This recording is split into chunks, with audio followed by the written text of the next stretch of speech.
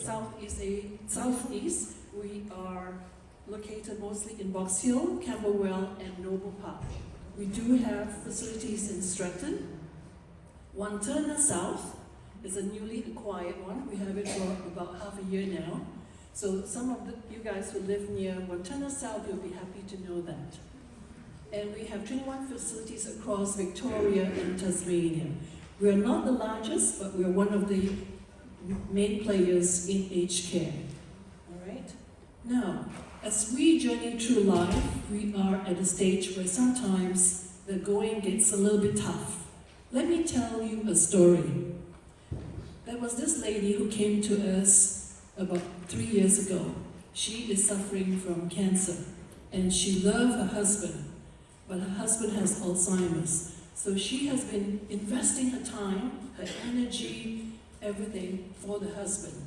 And when she found out she has cancer, she was very devastated. They only have a son, and the son works and lives interstate. So she came to us saying that, Jenny, I need help, about a month before.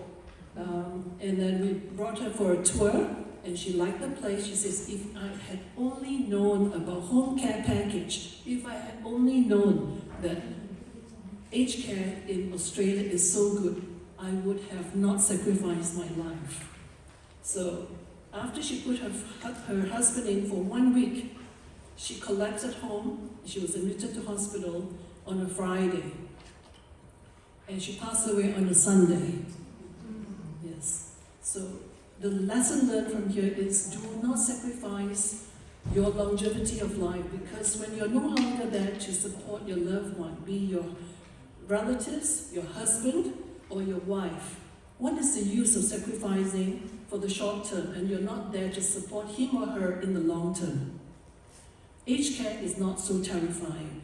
We will walk in partnership with you through this journey so that things are easier for you. You're not sacrificing your well-being, your life, as well as sacrificing the lives of your relatives. Some aged care people, elderly people, think that, hey, in Malaysia and Singapore, the children should take care of us. Why should we burden ourselves? And why is it not fair for your children to quit their job to take care of you? They have a life to live, all right? In aged care, you're taken care of 24 hours a day by 3 shifts of nurses. Your spouse can only provide 1 shift, okay? Let alone 24 hours and 7 days a week. You cannot be a superhero. And superhero eventually will collapse because we are not designed to be up 24 hours a day to care, to wash, to clean, to cook for our loved ones, okay? Sometimes you have to exercise tough love. Try out our Australian aged care facilities as well as home care facilities. So my purpose here today is to walk you through what are the services that Australian government has provided so that you can open your eyes to have a look at what we provide, okay? Do not suffer in silence when the time comes, okay? Now, not sure whether you can see this? Yes. Yes, all right, good. So we are part of Uniting Church. We were previously called Uniting Care. Someone this morning did mention that they know about Uniting Care. So in Victoria and Tasmania, Uniting Care, back in 2013, changed our name to Uniting Age Well, because we are here to help you age well with quality of care. All right? Now, basically, we are one of the larger aged care facility. We help you. My purpose here is to help you understand the funding that's required for home care package as well as aged care package. So basically, so that you can navigate this system with confidence, because a lot of people are unaware. If you're a pensioner, the government will support you. If you're a self-funded retiree, you can also go into aged care, but with a little bit more payment. All right? So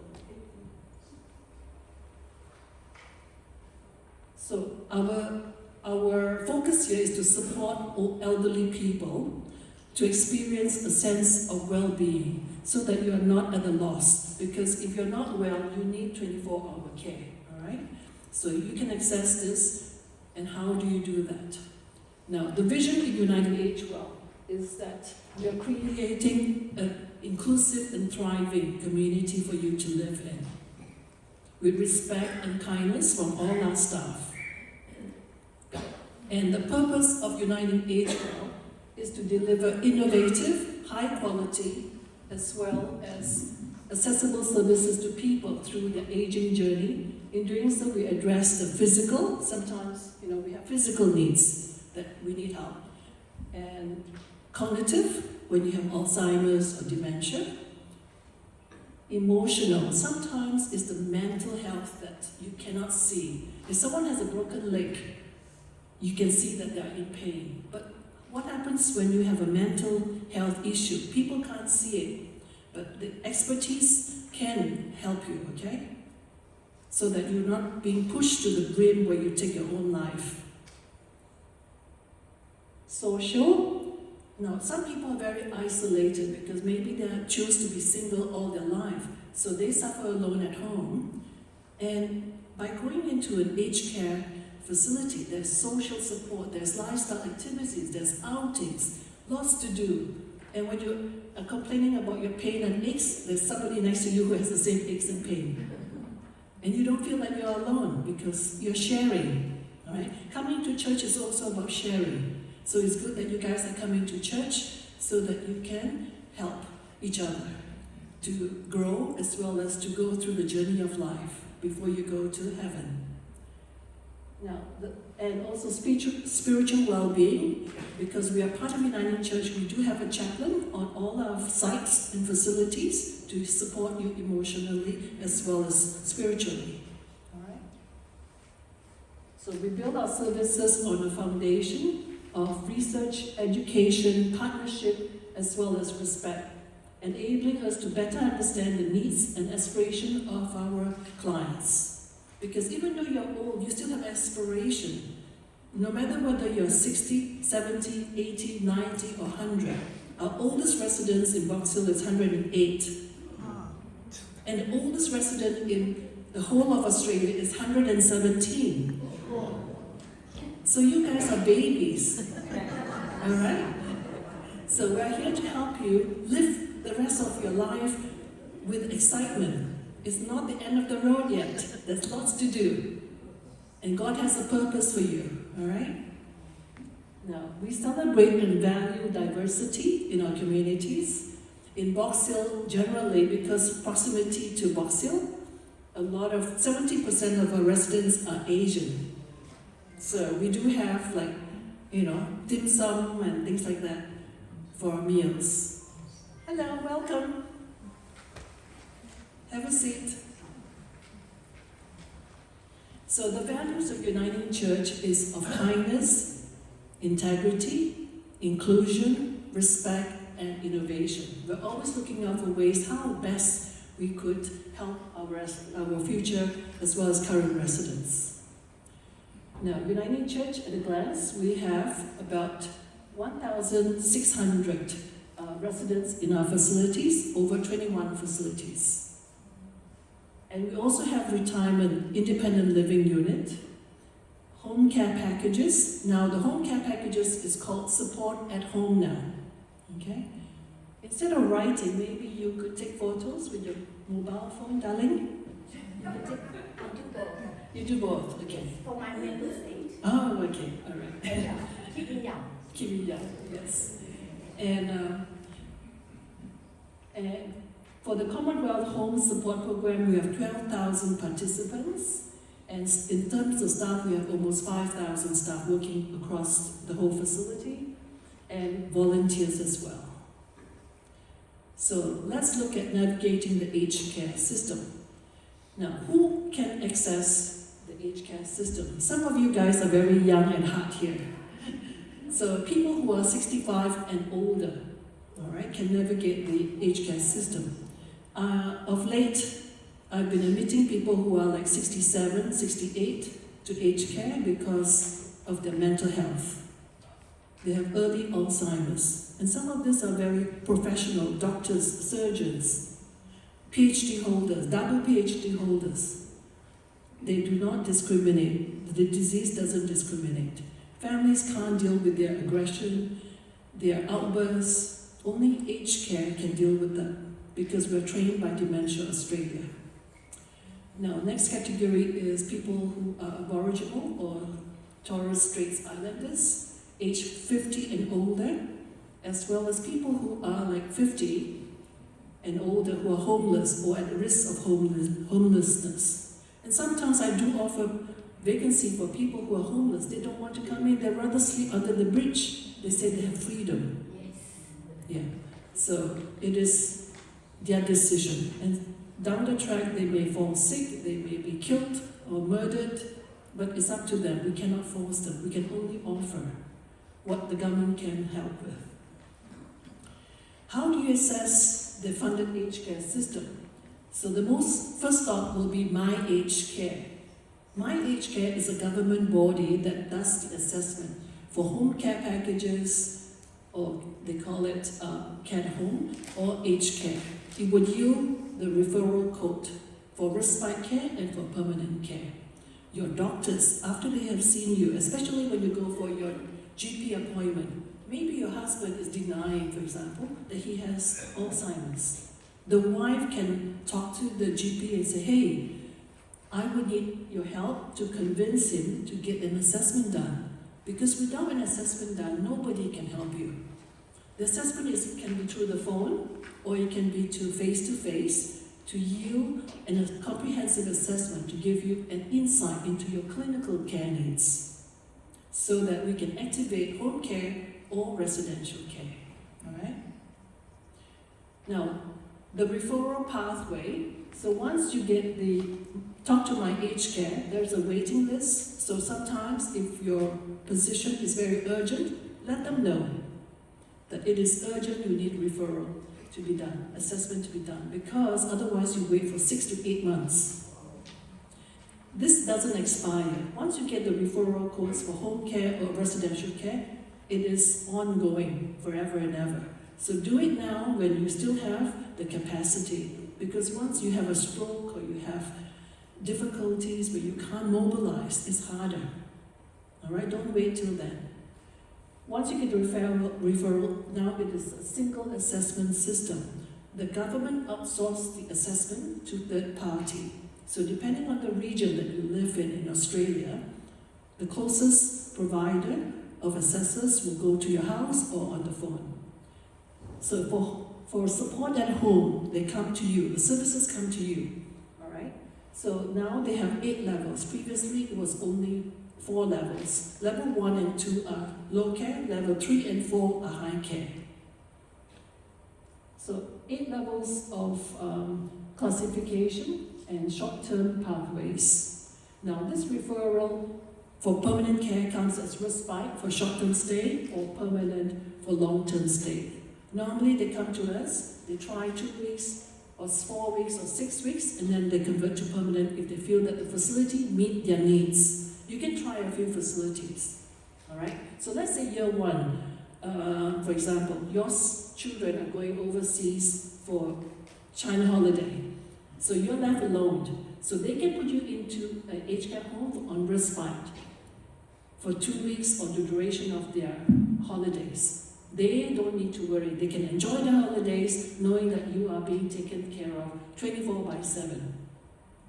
This is what you should offer them. Instead of them worrying that mom may have a fall at home, on the floor the whole night through, you will not survive the cold floor. Especially accidents happen in bathrooms. It's slippery, you fall, you can't get up, you can't reach for your mobile phone. You won't last very long, okay? The sooner you get help, the better is your recovery. Now, transitional care, TCP. This is just after you leave the hospital, the doctors say, oh, you need to find an aged care home, you can't go home yet, or you need rehab. So TCP assessment will give you that they give you about 9 weeks of respite care, up to 12 weeks, 9 to 12 weeks, until you find an aged care home. And the other one is Commonwealth Home Support Program, which is funded by the government. Okay? Any questions so far? Now, let's talk about Commonwealth Home Support Program. This is a very, very simplistic, simple entry-level care. They come and mow your lawn, or they come and clean your gutters. Very, very simple. The second one is support at home. They call it SAH. It used to be called home care packages. So this one is where it's more coordinated for more complex need. For example, you have a wound, so the nurses will come in and take care of your wound. So some of you guys are nurses, ex-nurses, so you know that if wound is not taken care of, it can spread. It can be bigger, and it's pretty nasty. So after that, you can also have residential respite or permanent care and transitional care. Now, for TCP, I shall not dwell on it, so just know that there is such a program, all right, to help you get back to your feet. Next, this talks about the minimum funding required for it. And these are the list of services that the Commonwealth Home Services provides. Allied health services, equipment. So, and also, let's say if you have difficulty going to the toilet, you need railings to be done, to the bathroom, you need railings to be done. This government can help you by providing those funding. Or you are unable to cook your meals anymore. So Meals on Wheels can be arranged. Nursing care as well as personal care, and also transport. Let's say your husband is in care, you need to go and visit him every day. The CHSP can provide people to drive you there rather than taking your Uber. Okay, it's funded by the government. Now, support at home is important because if you're not ready for residential care, utilize the support at home. It provides coordinated services. You have a case manager to look at your care needs, and then they'll tell you how much it will cost you, how much funding that you can get from the government, and you contribute a little. If you are a pensioner and you have low means, you are better off than someone who is self-funded retiree. Okay? So some of you are self-funded retiree, you were a little bit concerned that you may be draining your resources, but the government, at the end of the day, do provide hardship allowances. Okay? If they feel that you have utilized all your money, the government will help you. The government will not stop services because you ran out of money. All right? So, this goes into all the classification and the costing involved. Now, there are also services at home that is more for restorative care. So let's say you happen to fall and broke a leg during one of your outings. They can come to the house to support you for that short time. Or end of life. Some people, when they're going through end of life, they don't want to be in the hospital, they just want to be in the home. And lastly, there is also technology, so they can put in equipments and modify your home so that you can live in your home as long as possible. The government doesn't want you to go into aged care if you're able. They want you to stay at home so that the funding from the government will be managed. All right? But sometimes you need to make the decision if you need 24-hour care. So these are some of the funding. So each of the case manager will tell you what are your goals that you want to achieve before they provide the services. All right? And also the programs and the cost. Now, if you want to try our aged care facility, the government can support you. It's called Carer Gateway. So let's say your husband has Alzheimer's, for example, and you want to try out, let's say, United Age or Box Hill. Put him in for 2 weeks or 4 weeks. Give a call to Carers Gateway and say, hey, I have carer stress. I can't cope with this anymore. The government will fund that 2 weeks respite stay. Okay, utilize it. Once now that you have the knowledge, you don't need to come out from your pocket. So Carol's Gateway, 1-800-422-737. Call them and say, okay, the start date, I managed to secure a respite from, on, let's say, August the 1st to August the 14th. Can you help fund this? So you save about $937, all right, to try it out. And next year, you try again. And the next year, you can try again. By that time, after the 4th year, maybe you like the facility, you can also put him into that care. Okay, you can test out multiple facilities. So this is what the government is doing to help you. Now, there's also Dementia Australia, Dementia Support Australia, and Quota. The government has availed a lot of services to help you. Now, when someone has Alzheimer's or dementia, it is better to come in with a geriatrician report. The geriatrician are specialists. They can determine how progressive the cognition decline is, all right? And we do have other services as well. So this is to introduce you to the names of all these bodies that can help you. So in a nutshell, the services for support at home can be categorized under clinical, independence, and everyday living. The allied health services will come to you, whether it's physio, if it's podiatrist, all right? And when you go into aged care, allied services is there for you as well.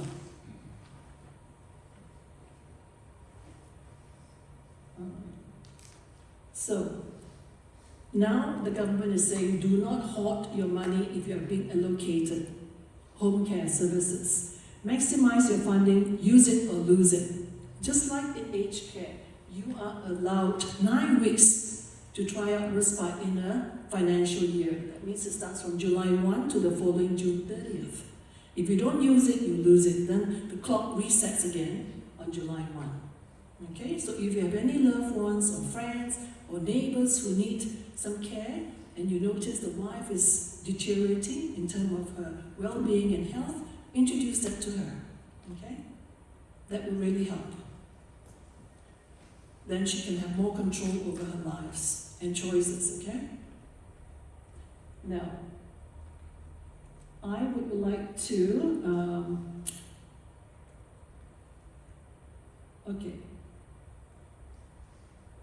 residential care. That's where my specialty is, in residential care.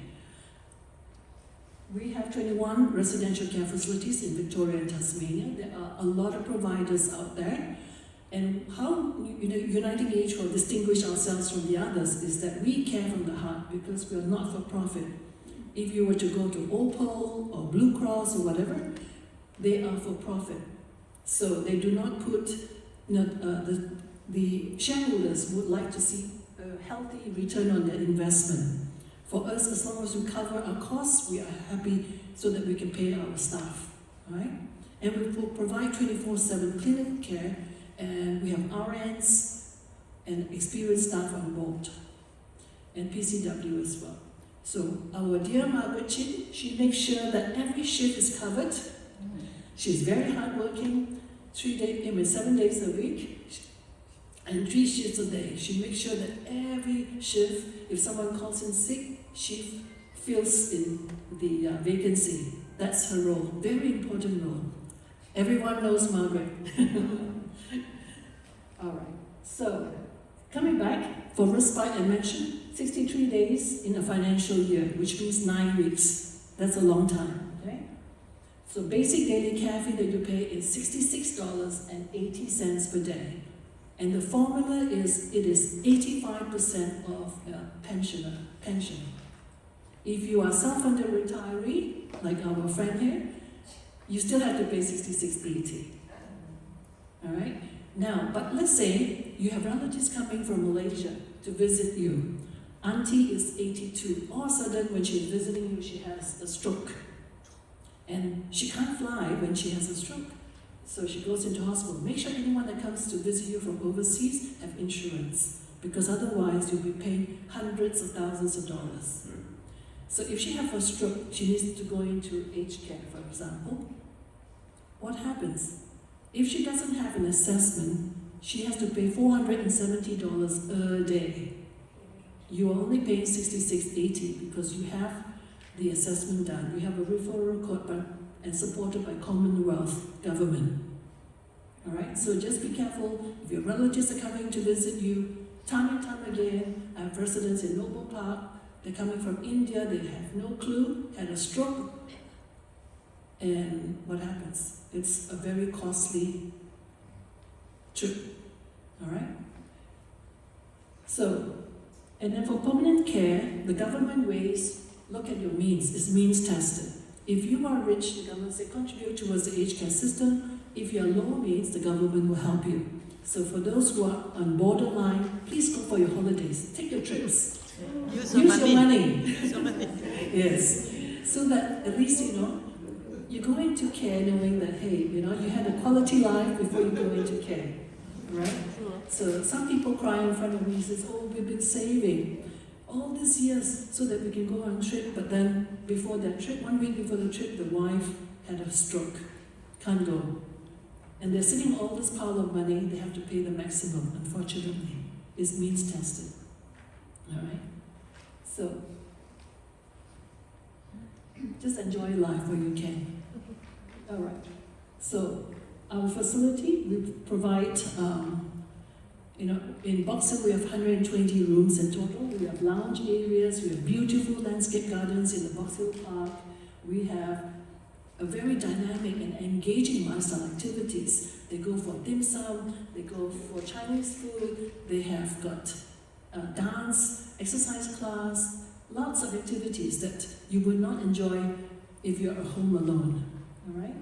So it is not the end of the road, it's the beginning of a new journey. Aged care is actually quite exciting if you want to participate in all the activities.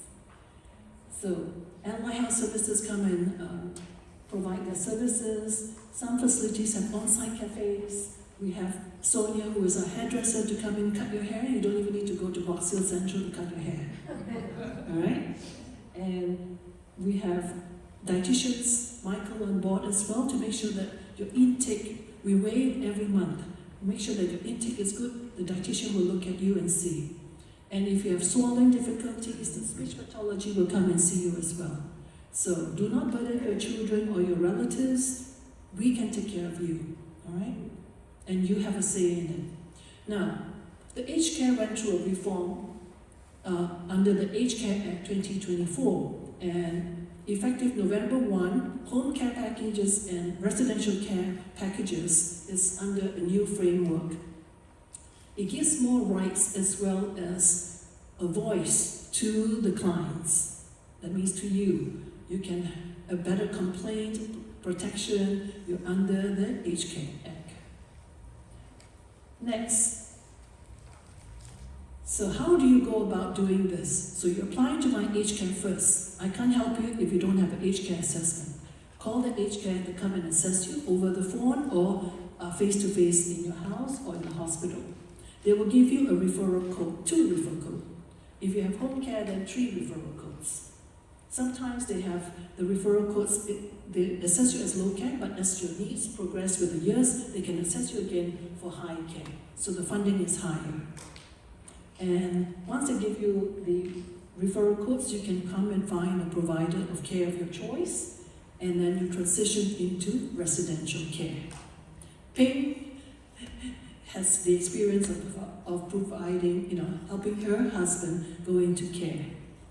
It is not an easy journey, and people tend to judge you, your relatives especially, they put a guilt on you. It is not easy. So we're here to support that process, all right? Because people at home, right, in Malaysia or Singapore, they think that by putting your husband or wife into aged care, you're abandoning them. No, that's not true, all right? In Australia, it's a different story. People in the US, children who are working in the US and UK, when they come back to Australia to visit their parents, they say, wow, we don't get this kind of care in US or in UK, because those governments are running out of money. Australia is a good country. All right, even in Malaysia, you still have to pay. or in Singapore, for example.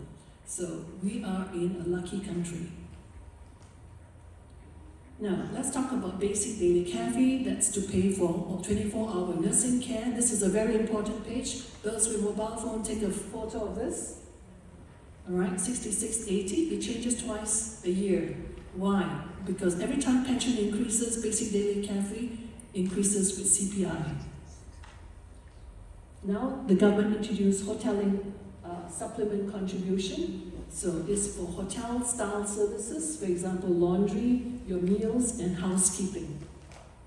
Non-clinical care contribution is more like showering, dressing, as well as mobility and lifestyle activities.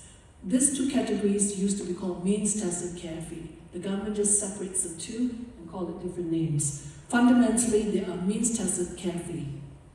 Accommodation cost is means-tested. If you have more than 214,000, all right, you will have to pay a bond. And the bond at United HR Box Hill is $725,000. All right, it's refundable when the room is no longer required. Higher everyday living fee was also introduced in the reform of November 1. So what it means is that it is optional. Previously, Live Well Advantage was mandatory. You have to pay. But now the government say, with a higher everyday living fee, it's optional if you want to participate in lifestyle activities, exercise classes, karate classes, tai chi classes, you pay. Until, they say user pay. If you use the service, you pay, which is fair. All right? Any questions on this? No? Okay, we'll move on. I have given you, this is the July 1st schedule of fees released by the government. And I think you guys have a copy of it. Now, if you need more, I can always send it to you.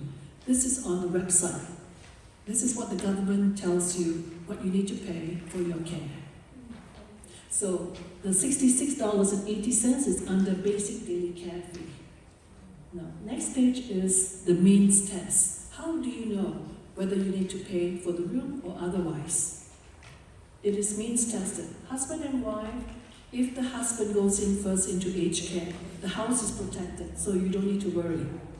But however, if only one person is left in the house, it is deemed that the house has to be sold to raise the rent. Unless you're super rich, you have money lying around, you can pay for the room. All right? And when the room is no longer required, previously it will 100% will be returned to the estate. However, nowadays the government says there's a 2% retention from year 1 to year 5. So in total, 10% retention. So if you are buying a room, for example, 500,000, for example, so 50,000 will be retained by the provider, depending on your longevity of life. After this fifth year, the government doesn't retain anything else. Right? This is retained by the provider, because all providers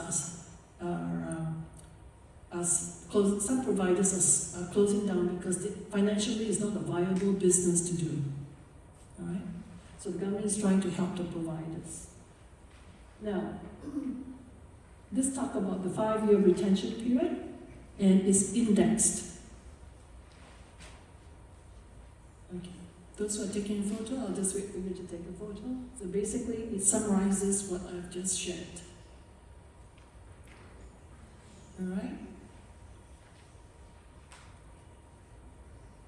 Now, to be in the status of fully supported by the government, you must have less than 64,500 or income less than 35,000, also known as income-free area of.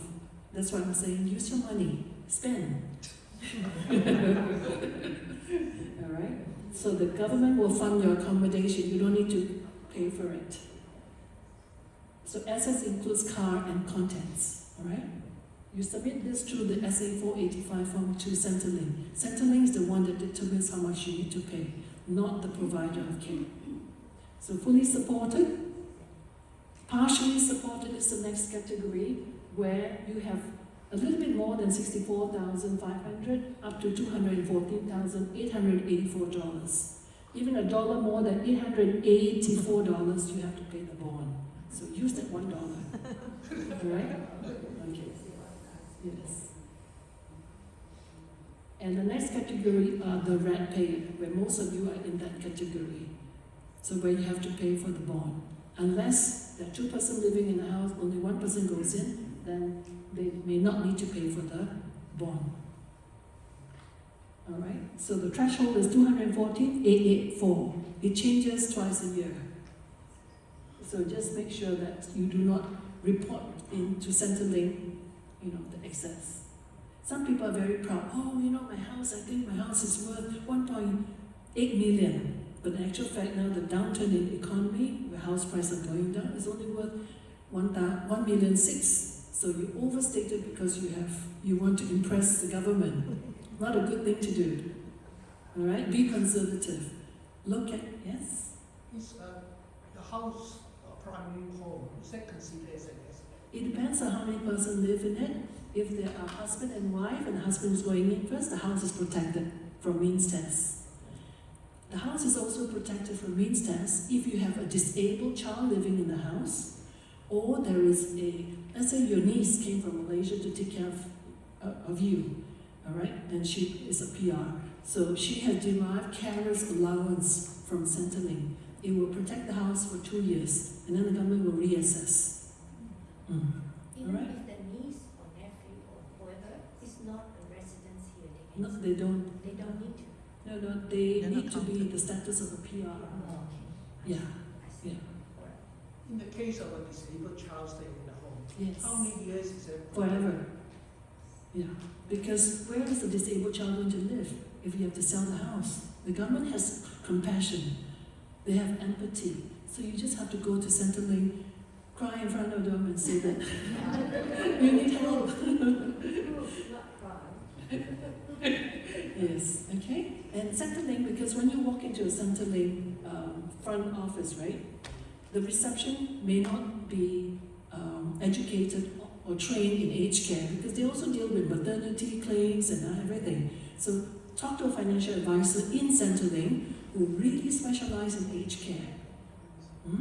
The Centrelink has many, many departments. So the front person who tells you information sometimes may not be correct. So time and time again, go back, different person, try it again. Persistency helps. All right? And because the whole baby boomers are aging, they are swamped. So the squeaky wheels will get the assistance that they need. All right? Do not take no for an answer. Hey, Jenny? Yep. Is this just for nursing home or retirement village? Nursing home. Just nursing home. Retirement village, just like any, are not governed by the Okay. aged care. Because you're independent, you can make decisions, you can, it's like a house that you live in. All right? Good question. Now, so just be mindful that we are here to help. If you have any questions, please feel free to come and talk to me or to any providers of care. All right? So just remember that get the referral code from my aged care, speak to one of our staff, or make an appointment to talk to Centrelink. All right? The numbers that you need to know, okay, for home care packages is the 1-300-783-435, and my aged care number 1-800-200-422. They're open until about 8 o'clock at night, so it's easier to call at the end of the day. All right? Now, I would like to thank you everybody for your time, yes, and for coming today. It's a cold morning, so I wish you well in your journey, and I thank you, Pastor Jeremy, for inviting me here today.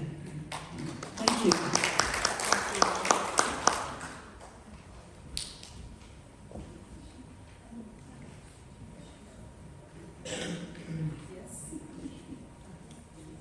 On behalf of all of you, huh?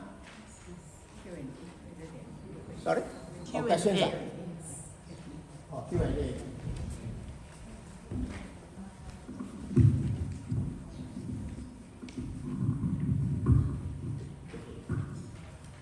All right. Okay. anyone with any questions? No, I can Maybe you can ask. just Okay. Yeah, I'll do that. Now, when you say the aged care referral, you are